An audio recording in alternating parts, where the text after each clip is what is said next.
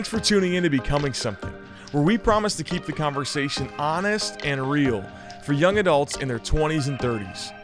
Every moment we live is training for a future moment, and that's why we do this podcast, because we want you to be prepared for everything that life is going to throw at you. Our hope with this podcast is that it would help you become all that God desires you to be. So with that in mind, let's jump right in to this week's episode of Becoming Something.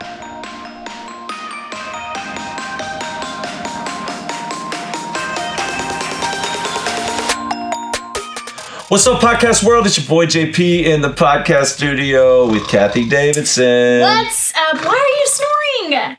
Oh, sorry. I had an exhausting weekend. Oh, you're so tired. So I just woke up. How did I get here? I just woke up. It was crazy. Yeah. Were we at the bar or something? Yes, we were I have at a the headache. bar. We were at the bar. We were at the bar, and Yes. now we're recording. I hope we're not actually recording. Why did your mind go? Were we at the all bar the or something? Do we go to the I bar have a often? headache. I feel like For sure, that no. makes me sound cool or something. Yeah, you know, speaking of cool, that shirt's cool. Come on, baby. Yeah. I love It's it. Adidas. So, hey, what were you guys up to this weekend? What was I doing? I don't even remember. Dude, we had the best weekend ever. Okay? Best weekend ever. Be so light. It really was awesome. And if you were here, thank you. If you weren't here, No, be nice. push be nice. pause, and we don't even No, want it. be nice. You're not a part of the Be So family Thanks. anymore. Stop that. The thing is, we only gave these people like probably 3 months We notice. only had 1,000 seats, I know, too. that's true. Yeah, I know. So we sold out, actually, blah, blah, it blah, was blah, blah. fine. But I'm just thinking, if we do this again next year, we need to give them more warning because people could like make plans to If we come. do this oh, next we're year. gonna. We do are it. renting out Cowboy Stadium No, we're in not. Dallas, No, Texas. No, we're not gonna We're do going to it. live stream it No, I think to LA, to New York. I think we're taking over. Stop. I think it's cool that it's only 1,000 people. It was you know, nice. I like feel it's like I like the got to right know amount people. of I folks. feel like we got to meet almost Yes. everyone, which is Yeah. cool. So What was- if you did come in, thank you guys. What was y'all's highlight? Man, I think so. Like generational sin was the topic they chose, and Can't wait for y'all to listen. the to worship team had just moved one song rather. They were like, "Hey, let's put this song after the message Without knowing the topic. without knowing the topic because the people choose the topic." And they voted on generational sin, which I would I not was have guessed that. suspicious of, yeah. And so we do it, and then the song afterwards. So we talk about tradition, and we talk about, you know, destroying your idols, and just like, hey, this dies with me. And then the song afterwards just matched perfect. It was a super holy moment. So that's what I'm thinking That about. was good. It was What you amazing. I think it was meeting the people that listen to the podcast, because otherwise we're just looking at ourselves in a room Totally. with no one else really except the people who produce this thing. Yeah. And it's like, I know people are listening, but it's kind of a ethereal. Like, I know they are, but so getting to meet them is like, wow. Like, I can't believe God is using this to impact your life all the way from Tallahassee to Seattle. I think everybody had a great time too. Like that's Yes. this was our first time to do it, and everybody was just like so geeked We out. were all in. And they just said, "I'm so glad we came. This Yeah. was fun, and I heard best Made weekend of my friends. life." And so make sure you're there next year. Y'all might have noticed my new car. My Venmo balance after this weekend was Stop it. wild. So The Speaking one thing I will say is the highlight for me was meeting people, so that now when I'm in this room looking at you two goobers, in my head, people don't say goober, do they? No, They don't say hunky dory either. I also said hunky dory this weekend. I'm sorry. Super cool. Yeah, I'm so trendy, but I won't like just be looking at you guys. I'm going to be thinking of their faces and their stories and thinking about topics that they need to be talked about and things that we need to talk on the podcast about so we can encourage them. So thank you guys for coming. It was amazing. You're like a floating head today. Why? I can't see your torso. Well, I am very short. I don't have much of one, honestly. She's wearing a Is it my camo. headband? She's wearing a camo Oh, shirt. the camo. You didn't get that joke? Oh my gosh. Oh my gosh. She's like, I have a small torso. oh my gosh. Hey, speaking of Venmo today, we are bringing on Get your a Venmo guest, ready. Yeah. Scott Harrison from Charity Water. This is an amazing story of God changing someone's life. And so I'm excited I hope he gets into that and just tells you about his organization. He's the author of a book called Thirst. I think you're going to be encouraged and inspired today. Let's bring him on. All right, we're going to bring on Scott Harrison with Charity Water. And so, hey, Scott, how are you? How you doing? Thanks for having me. Hey, man, thank you for dealing with our tech issues this morning as we kind of come back to life from Be So Live. It's great to have you on the Becoming Something podcast. Yes, welcome. No worries. So Thanks for having me. we had a mutual friend in Brad Lomenick. Is that right? We do love Brad Lomenick. Yeah. Who doesn't love that guy? And who doesn't guy. he know? He is the connector of all things Christendom and just companies and philanthropic organizations and whatnot. So, Brad, we love you if you're listening. I don't know that he listens to these. He's busy hosting his own. He's got That's things to amazing. do. Wait, so where are you? I'm in Nashville, Tennessee. Oh, Yeah, man. I'm on the road kind of 9 out of the next 10 weeks, but I'm home going to LA tomorrow, and then I'm in Whoa. Vegas the following week, then Barcelona, then Calgary, then Iceland. Oh my word.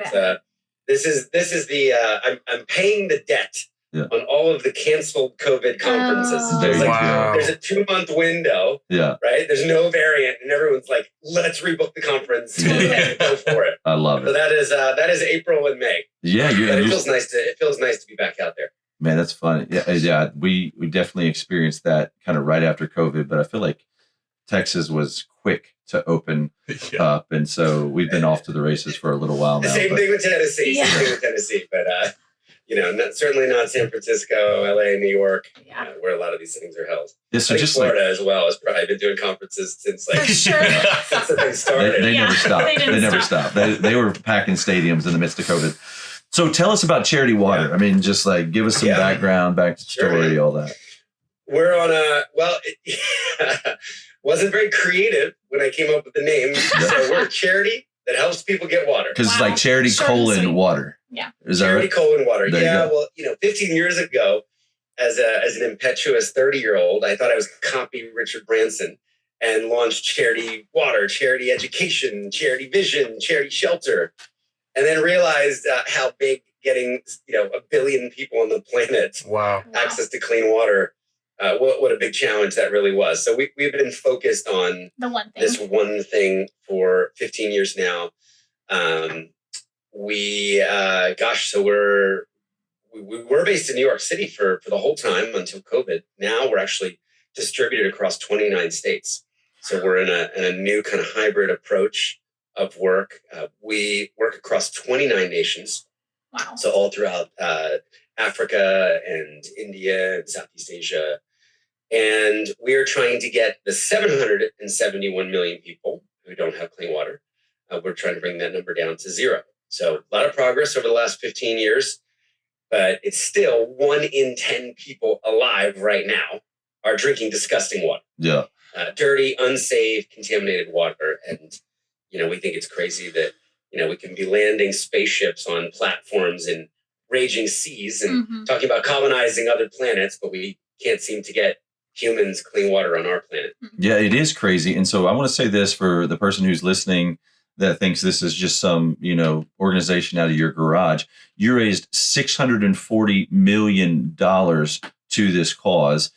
You have funded 91,000 water projects in over 29 countries. What is a water project? What does that even mean? Yeah. So thanks. So, again, that's thanks to 1 million plus supporters from 150 countries who've been very generous. So actually raised more than 700 million now. Oh my Let's go. gosh, that's awesome. And I think we're about to. You got my check. cross, You got my check. Yeah. After Push today, it. yeah. Actually, I got your Venmo. There we go. So thanks for that. 700 sounds a lot better than 640, right? Yeah, For sure. For sure. Glad I could Listen, help. so we are solution agnostic. There's no one size fits all solution. We now fund 14 different technologies, across the portfolio. So it could be as simple as a $65 solution in Cambodia, which is a household biosand filter. It would take readily available surface water and clean it and take out all the poison, take out all the toxins. It could be drilling a well. That costs about $10,000. And, what you've got many times is these communities that are living on top of clean groundwater. They're literally living on top of the thing that can save their lives and save the lives of the children. But they don't have access to $1 million drilling rig or the compressors or the trucks or the skilled hydrogeologists who know how to drill that well and build it.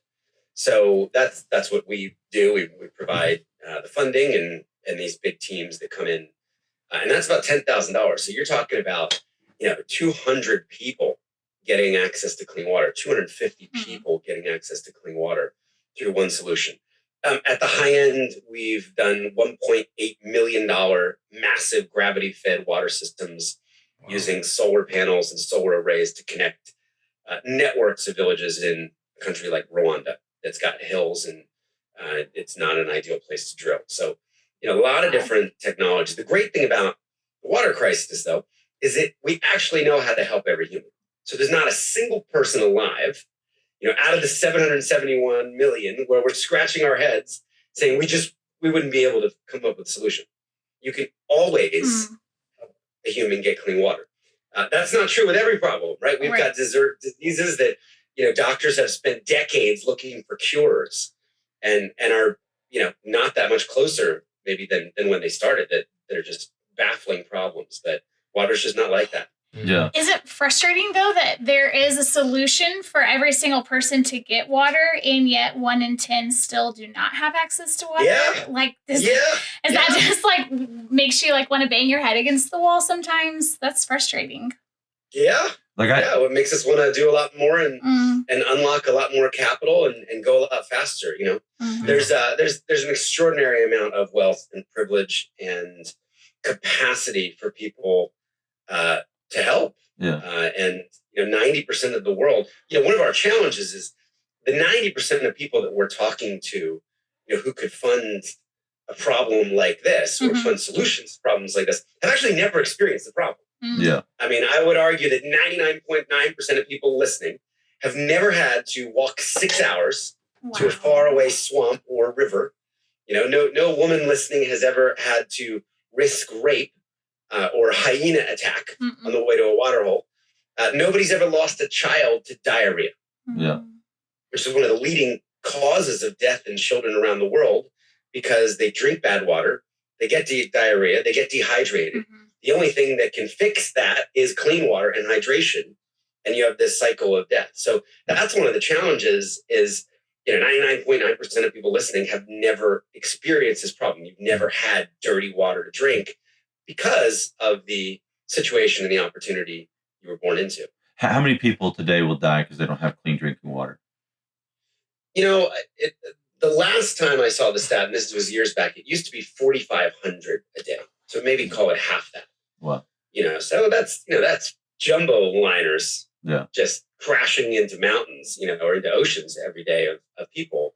And it's really the kids under 5 that are most vulnerable. Yeah. I was in Niger, West Africa a few years ago with a mom who lost 8 children and 2 survived. Oh my gosh. And and she was drinking some of the worst water that I've ever seen a human drink in my life and giving this to her young vulnerable children.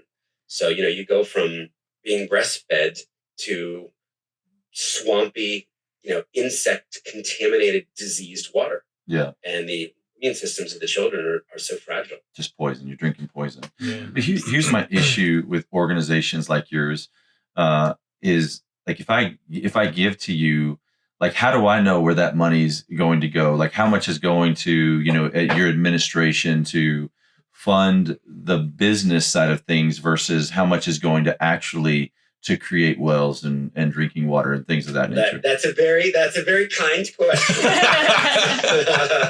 Little insider information there, I think. You've done your research. So 15 years ago when I started, I realized that most people believe charities waste their money, and a huge amount of people don't trust charities. The data behind that, 42% of Americans polled by USA Today just said, we don't trust charities. 70% in a more recent poll said, we believe, 7 out of 10 people believe charities either waste their money or badly waste their money. Right? Like, so you have one job as a charity, take in donations and get transparent, effective impact from that. So we've had a pretty unique business model. My English brain is saying you can't say pretty unique. It's either unique or it's not. We have a very disruptive business model where for 15 years, 100% of all donations have gone directly to fund these water solutions around the world. And in a separately audited bank account, I raise all the overhead from about 130 people. So 130 people and families pay for 100 staff, all the flights, the Epson copy, the insurance, the phone bills, everything you can imagine that would be a fundraising cost or an administrative cost.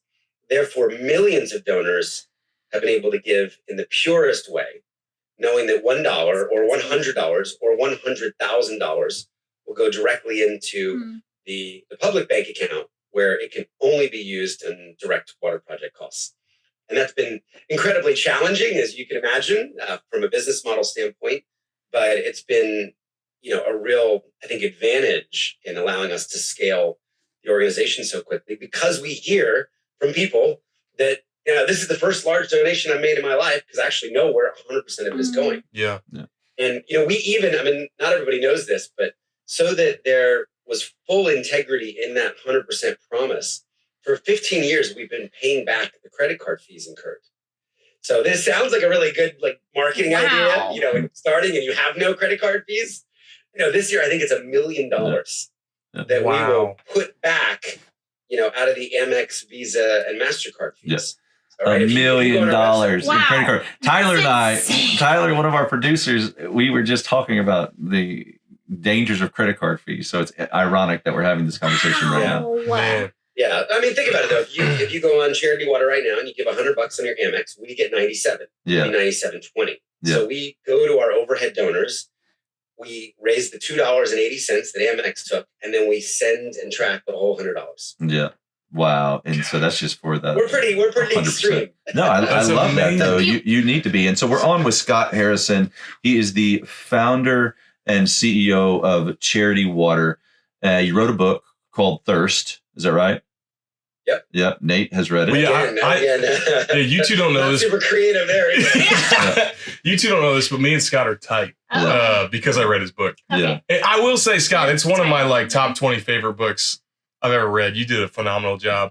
And one of the things that marks him, you just got to hear, is just massive creativity. Mm-hmm. He went from throwing parties just for the sake of throwing parties to raise money for water, and just the way you just described your fundraising model. It's like creativity marks you. And how important is that for a leader to have creativity? What has that meant for your business or your nonprofit, I guess? I mean, look, I came at this, I think, a little disenchanted with big charity as well. I did not find some of these huge organizations very compelling. There was a lot of poverty kind of porn. There's a lot of shame and guilt used in fundraising. I mean, those that are as old as me, might remember those kind of Sally Struthers commercials. Yeah. Back in the 80s, the dogs dying, the children, the flies landing on the kids' faces, the slow motion sad looks, some sad song. But that worked. Mm-hmm. But is that building a brand? So we looked at Nike and Apple and Virgin and brands that were creative and inspiring. And probably the best way I could maybe put the philosophy here is if Nike were, some of the old bigger charities, they would market by telling people that they were fat and lazy, and that they should stop eating Cheetos, turn off the TV, and go exercise. Yeah. Right. In fact, Nike kind of does the exact opposite. They tell stories of these inspirational people overcoming adversity. Mm-hmm. And Nike believes greatness is within you. Yeah. If you don't have an arm, you can win the shot put competition, right? If you don't have legs, you can still climb Everest, right? And people kind of rise to the occasion, because it's an inspiring invitation. And so we wanted Charity Water to be, more like Apple, more like Nike than maybe, some of the traditional charity marketing, which made people feel really lousy. And they would give, but you don't want to wear that T-shirt. You don't want to tell your friends about that organization. Yeah, no. So awesome. Has water always been something that you're passionate about? Did you study this in college? How did you get started founding your own nonprofit? This seems like something so big, like a dream you would have had since you're a child. How did you go about getting this started? Yeah, I just kind of stumbled into it. I mean, I was a club promoter for 10 years in New York City. So my first career was an act of rebellion against my conservative Christian upbringing. That lasted 22 years, far too long. Wow. But, led me to a really destructive, degenerate, hedonistic place where I was living only for myself. I was drinking and drugging and gambling and smoking and, had really kind of made a mess of my life. And, by God's grace, got kind of a second chance on a humanitarian mission in Liberia, West Africa, where a group of doctors took me on their mission for a year. And why did they take you? Well, that's a good question because the first 10 organizations denied me. World Vision turned me down. Samaritan's Purse turned me down. Doctors Without Borders turned me down. The Red Cross turned me down. Maybe better. Why did you want to go? Why were you looking to go on? I knew that I needed a massive radical life change. So I came back to my faith. My faith as a child, maybe in a very different way as a 28-year-old when I got to choose. Mm-hmm. And I was really interested in the idea of service. How did you come? I've only been serving myself for 10 years. How did you come to faith? Well, I was brought up in the church, almost like a PK, played piano on Sunday, in the worship bands. I was an only child. My mom was disabled my whole life. So I was in a caregiver role and had a very unusual childhood, but just kind of went nuts for 10 years and said, I want to break all the rules. I want to explore complete independence and autonomy. Mm-hmm. And, the church is boring. It's not fun to be a Christian. I mean, it's just this list of things that you're not allowed to do that seem amazing. Mm-hmm. And then I did all those things and they didn't lead me to a good place. So I read about this in the book. It was kind of a process over a couple months, but I had some health issues and then was kind of faced with mortality. Like, what if I wasn't going to live forever? Did I believe in eternity and where would I go? And I was pretty sure that, if I still believed that stuff as a kid, I definitely wasn't going to heaven the way that I'd been living. And, just a real desire to kind of come home to faith. And I remember reading The Pursuit of God by A.W. Tozer. I remember, reading the New Testament again and, coming across the book of James and that kind of famous widows and orphans verse, true religion. I'm like, man, I'm 0 for 2. I've done nothing for a widow or orphan. And not only am I polluted, I literally pollute others for a living. I got to make a massive change. I mean, this is not a pivot that's required. This is not a small course correction. Like, do and say and think the exact 180-degree opposite of everything I've been doing for 10 years. Yeah. So that led me to the poorest country in the world that had just come out of a 14-year civil war. And this one organization that just took a chance on me on a reformed nightclub promoter. Yeah. And I want to know about like the thing in between those two things. I feel like I'm missing a puzzle piece. And right now, like our listeners, like the big buzzword is deconstruction. And so you kind of grew up in the church. You said PK, you're a caregiver. You probably disenchanted with some of the religiosity that you had been exposed to. You drank deeply from what the world has to offer. Very similar story to mine. And you get to this place where you're like, okay, I could die, and I don't know why. And you share as much as you want there. I'd love to hear it. I might die, or I'm faced with my mortality. Hey, there's a heaven and a hell. I'm going to go to one of these places. What do I believe? And so then did you go, like you're sitting in your room and you think, okay, I've got to go on a mission trip? Or did you go walk into a church? Or did you said you started reading the Bible, you stumbled across this verse in James. Sure. So just like as much as that, that's interesting to me. And I think interesting to our listeners because a lot of our listeners are wrestling. They're at that crossroads. Hey, what do I really believe right now? And these guys asked me, they said, hey, is he a Christian? I'm like, man, I don't know. Wikipedia says so, but I don't, and that's, I can't believe everything you see on Wikipedia. Honestly. Their numbers from us are like 11 years ago. Gosh, that's hilarious. Yeah. So you fill in those gaps as much as you want. Yeah, sure. Okay. So, you mentioned the word deconstruction.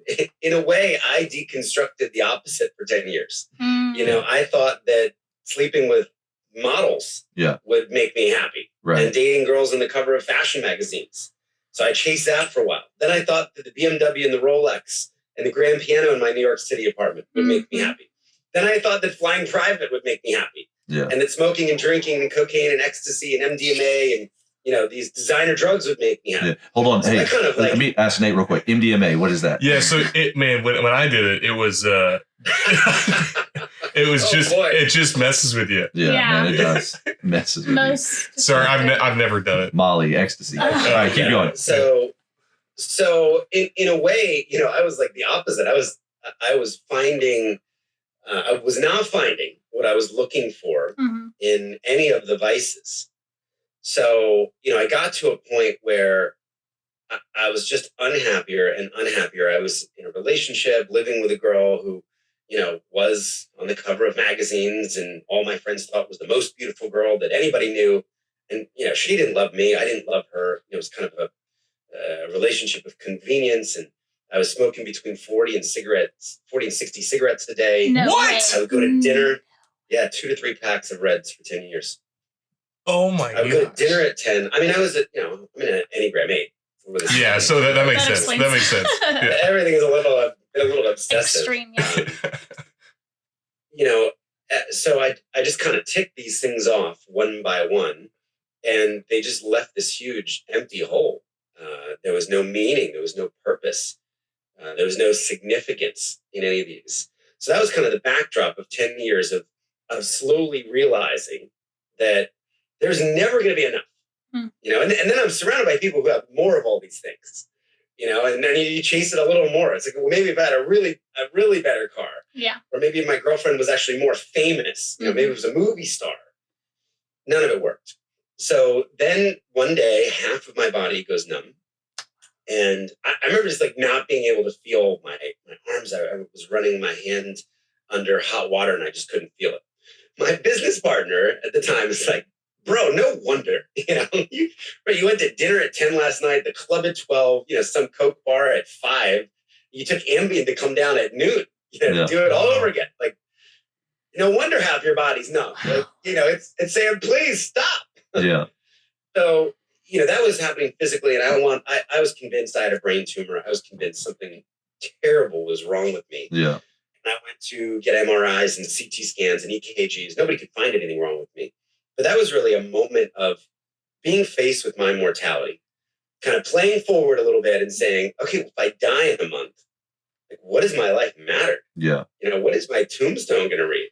Here lies a club rat that got 1 million people wasted over 10 years. Yeah.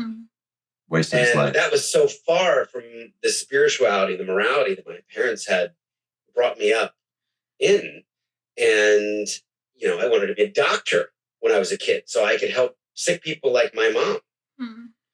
So I kind of, again, this is a whole process. And I did start trying to go back to church, and I, tried to smoke less and drink less. And, I was, listening to sermons, but I was still in nightlife because that's what I did to make money. So then kind of a couple month push-pull happened. And then I had this trip to South America, to Punta del Este in Uruguay. It was the top of the top. We were at this amazing compound. People were waiting on us. They were, picking up our towels that we left behind, cooking for us, magnums of Dom Perignon, thousands of dollars of fireworks, a yacht associated with the house. And it's like the veil was lifted, I just, like the game of musical chairs where the music stops and I wasn't sitting down. Yeah. And I'd always found a seat for 10 years, or pretended to find a seat. So I started praying. I read Tozer. I read the Bible, asking God to find my way back home. And then a couple months, actually about maybe 2 months later, there was this incident in a nightclub where I fired somebody and they threatened my life. And in club life, you have your life threatened all the time. But Wow. this was a little elevated, and I got out of town for a couple weeks. And I remember grabbing, a box of Marlboro Reds, a bottle of Dewar's, and a Bible. And I rented a car for a month, and I just started driving north. I'm like, I'm just going to take some time off. And I was listening to like Chuck Missler sermons out of Calvary, and, just kind of going through this journey. Yeah. And I realized, I didn't ever have to go back, and I could try to start life over at 28. And then I just knew, I wanted to kind of tithe. My idea was to tithe one of the 10 years that I'd wasted. to service, back to God and back to see if I could be useful. Could I be of service? Did I have any transportable skills? And then that led me to apply to 10 organizations from a little dial-up internet cafe in Greenville, Maine on Moosehead Lake, which is where I ended up driving north. And then the denials started coming in. And then this one org said, we'll take you. Yeah. And a couple of weeks later, I was in Africa. So did you start Charity Water just to stick it to World Vision for telling you no? This is your revenge tour? It's funny. I actually got to spend some time with Rich Stearns and a bunch of people there. So that's been a little bit of an inside joke. That's awesome. But, I had a cold turkey moment. So, I did quit smoking and drugging and vowed to never gamble again or never to look at a pornographic image as long as I lived. And, I had this kind of extreme, close to that chapter the day before I joined the mission and walked up the gangway. And it was something so prophetic or symbolic to me about, I'm going to walk up the gangway of this 500-foot hospital ship, which is going to be my new home for the next year. Mm-hmm. And the gangway is going to lift and like all my sins and, the past life can just kind of remain on land. Yeah. And I'm going to sail away to a new continent and a new life. If I commit to not going back and, eating the former. Yeah. Was it that drastic? Was it that drastic? Returning to the vomit. Yeah, returning to the vomit. Right. Yeah, and so was that drastic? Yeah, it was that drastic. I mean, the smoking was a little hard. Yeah, that's what I'm wondering. I remember being on this ship, like with a nicotine patch on, and like 4, blister packets of Nicorette, But I never had another cigarette. I was at a cigar night. I was at a really nice cigar night the other night, and I was the only one not smoking. Yeah. And the guys are like, "Wait, you don't smoke at all?" I'm like, "I am so afraid. If I like take one puff of a cigar, I haven't touched anything in 17 years. Yeah. I do not want to go back." Yeah. So I think in some ways that extreme, bright line personality has worked for me. Yeah, man. Well, and do you feel that way? Like, here's a question I have: do you feel like you're filling a void now with water? I mean, that Enneagram 8ness is just like, okay, it's not clubs, but let's just go all in on something that's good for humanity. Yeah. I mean, I'm actually still promoting. I mean, I think it turns out that the skill was promotion. For 10 years, I was promoting the idea that if you got into our amazing club with the best DJ and the best famous people, if you spend $1,000 on a bottle of Cristal or Dom Perignon, if you spend $25 on a cocktail, then your life had meaning. Yeah. So I got really good at promoting that across 40 clubs in Manhattan. For the last 17 years, I've been promoting an idea that if you are generous and compassionate, if you are looking to use your time and your talent and your service, your time, your talent, and your money in the service of others, then your life has meaning. Yeah. Then that's how you would find a greater purpose. Yeah. So I think having a goal of getting every human on earth clean water has been a helpful driver for me to stay focused and to try to build this organization. And we're now in our 16th year, and we've packed at Madison Square Garden 826 times. Yeah.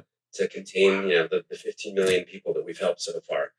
And that's a fraction of what I thought we should have achieved by now. And it's a fraction of what I believe we will achieve in the next 15 years. So, we're in the second inning, if you ask me. I mean, this is the very, very, very beginning of this journey of Charity Water. Yeah. And, we're seeing, again, I mean, you Venmo'd me $60 million. No, it was 160 million. You can do that much over Venmo. And so are you connected to a church now? I mean, it sounds like you travel. Yeah, we go to Church of the City in Franklin. Let's go. So Darren Whitehead and John Tyson have been friends for years. Love that. John Tyson. Let's go. Man, I awesome. could just listen to him talk all day long. Yeah, his accent is awesome. How do you keep yourself from being so disappointed? Because you have potentially the largest mission that anyone could possibly have is getting water for everyone. And you just look around and you're like, 1 in 10 still don't have water. And I've been doing this for 15 years. How do you not just burn out?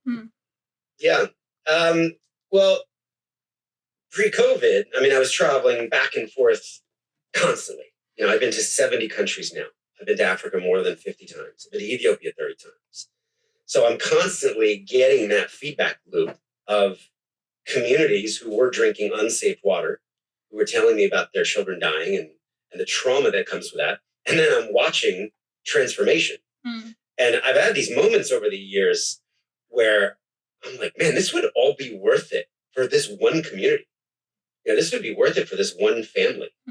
So, I can very easily go to the scale of the problem to the difference that it's making, for one family, for one community. And then you kind of pop your head up and you're like, well, we've actually done that 90,000 times. Wow. So the inspiration leaving one community can be so great when you witness that transformation. And then you kind of pop up and say, by keeping our head down, by not getting discouraged, there's actually, 89,999 communities just like that one that I'm not going to visit today. Yeah. I mean, you're making an impact, right? And we're not finished, and we won't be finished until Jesus comes back, but we're going to do what we can. And like I think about that stupid, cheesy, like starfish story. That's, it's like made a difference for that one, but it's real, right? I mean, it's you do for the one that you wish you could do for everyone. Yep.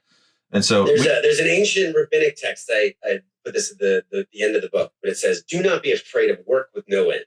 Yeah. Wow. And I love that. I think that's the call. That's good. There will always be people suffering. Yeah.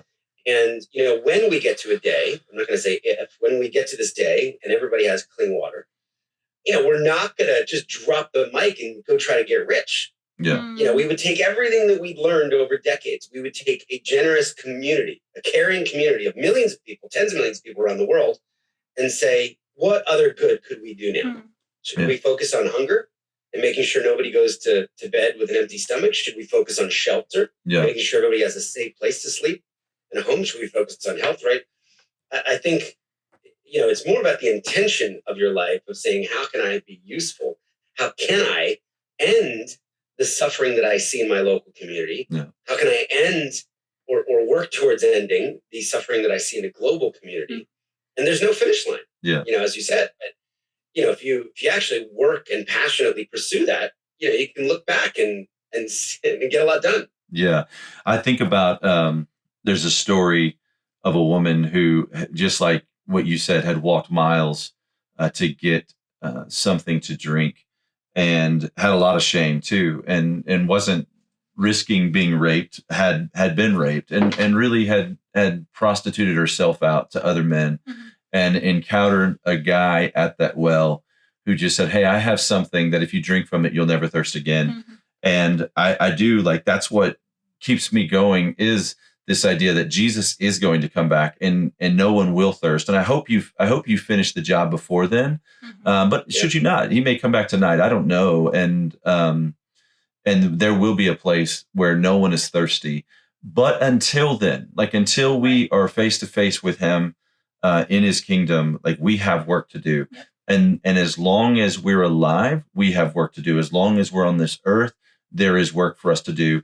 And I want to end with this by just saying to the person out there listening to Scott Harrison's story, thinking, man, I'm too far gone. I'm in the club world. I'm living with my supermodel significant other. I'm indulging in all that the world has to offer. God can't use me. I think when you get to this place, I don't know. I don't know what the next charity water is, or charity pantry is, or charity shelter is, or charity church is. But if you get to this place where you say, God, here I am, right? Take all of my scraps and my addictions and my vices and all of the things that I've hoarded myself out to, and use them for your glory. He wants to do something. And I don't know, it may not be a $700 million not-for-profit, but he wants to do something. And it's a great time to have that gangway moment where you're walking across that bridge and you say, Lord, I'm ready to leave all of that behind me. And I believe that Jesus has paid the price for those things. And I want to go all in with you. Scott Harrison, founder of Charity Water, author of a book called Thirst, which is in Nate's top 20. Wow. Which is he's a big reader, so And that's a big deal. I've read That's actually a big 21 deal. books, so you Okay. made it. Yeah. So pick it up. No, truly, before you came on, Nate was like, "Man, it's awesome. Yeah. Your Right. story's great. Yeah. I love how God has used you, brother. Thanks for jumping on with us at the Becoming Something podcast. Thanks for having me today. Thank Yeah, you man. so much. See you soon." So do you guys think he's a believer? Was Yeah. Wikipedia right? I think he is a believer. Man, I was talking about John 4, right? The woman at the well. And man, that's inspiring. I'm honest. There's a lot of parallels between our stories, but I feel like he was better. He was better at being. I in was the like, I world. just feel like he's like a cooler version of you. Yeah, he Like, did it very, better. very similar. Amen. But yeah, I agree. He was the New York City version. of that's Dallas probably a better way version. to put it. Yeah. But I do, man. I hope that gives somebody out there, Yeah. like, not that you have to do something big, Totally. but you want to do something faithful, Man. and you want to live a life on purpose. And so, yeah, and that's what Jesus allows you to do that. And so that organization, I don't think is faith based. Yeah, I don't And think so if you hear him kind of navigating that, it's because he's raising funds from non-believers to fund ministry work. That is, and I say ministry work because ministering just means meeting the needs of people. Mhm. So yeah, it's awesome. That was awesome. Hope you guys are inspired. We'll see you next week. Bye.